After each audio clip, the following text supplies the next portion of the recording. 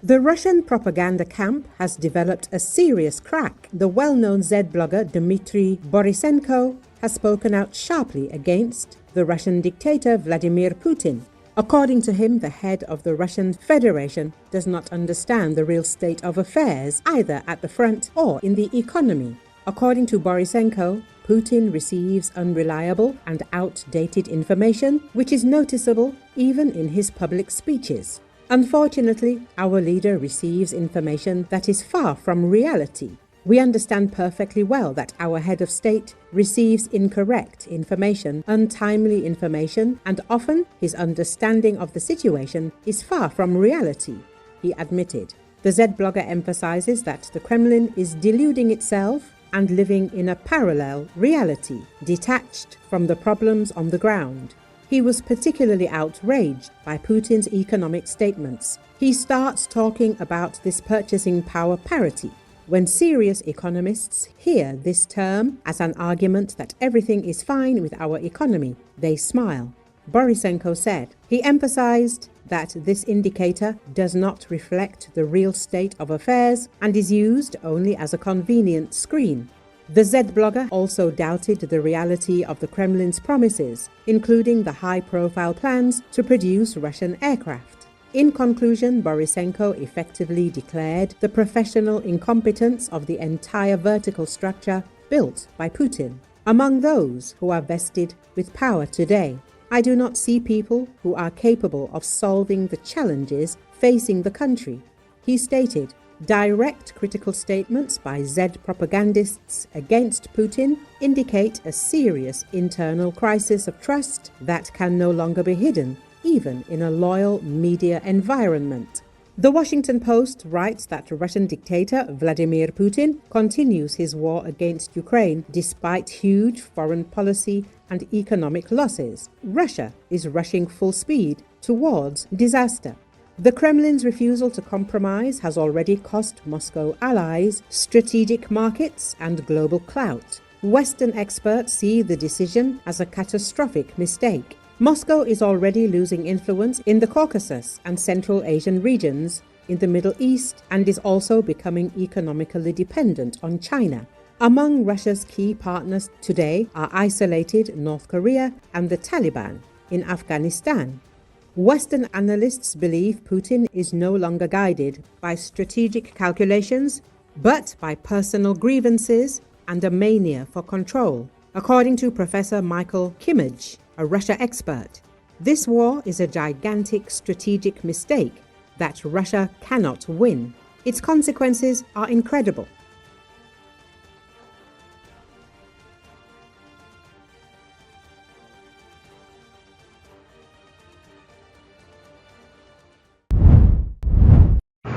In Russia's Republic of Yakutia, a bus carrying workers returning from a coal mine overturned into a ravine, resulting in the deaths of 13 people and injuries to at least 20 others.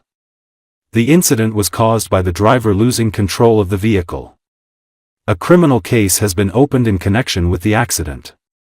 It is reported that the coal mine where the workers were employed is part of the Kolmar company, which is headed by Russia's Energy Minister Sergei Sivilov. A mourning period has been declared in the Republic of Yakutia following the incident.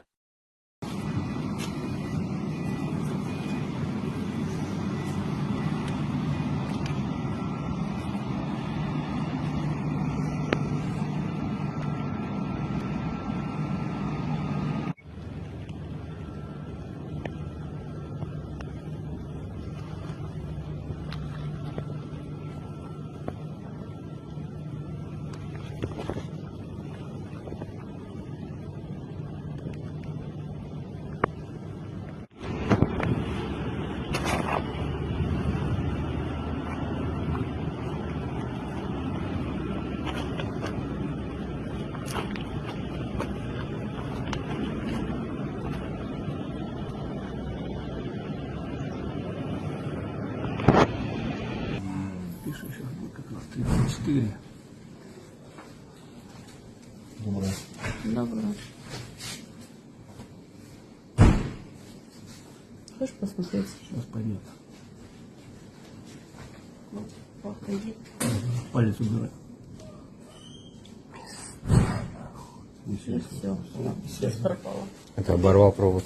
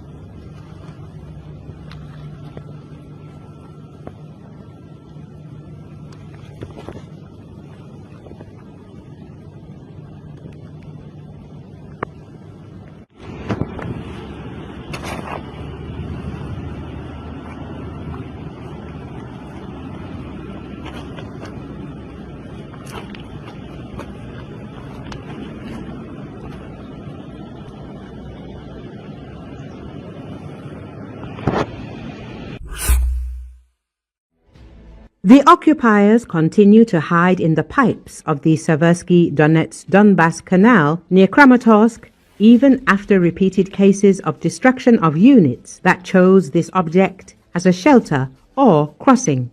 On July the 16th, UAVs of the 5th Separate Assault Kyiv Brigade overtook and destroyed a group of Russian soldiers. Videos of at least 4 strikes on enemy units' shelters were published on the 5th Separate Assault Brigade's Telegram channel.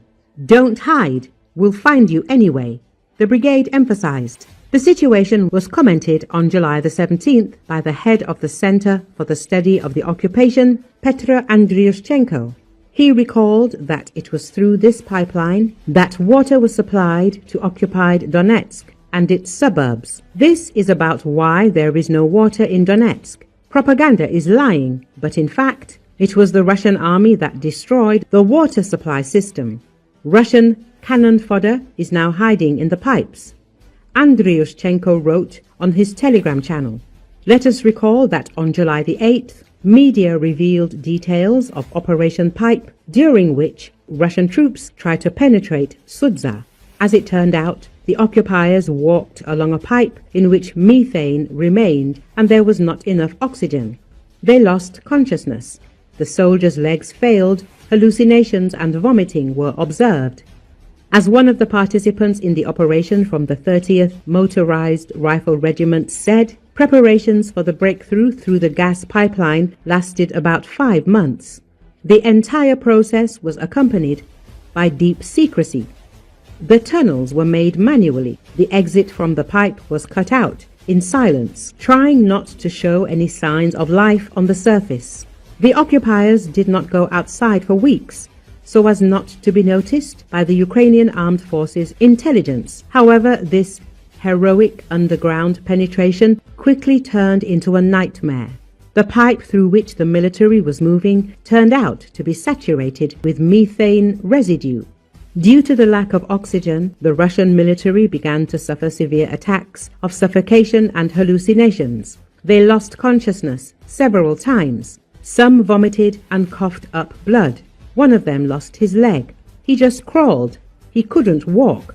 He wanted to live, so he crawled, said one of the survivors. People fell asleep on the move from hypoxia. Some started bleeding. Others went into hysterics.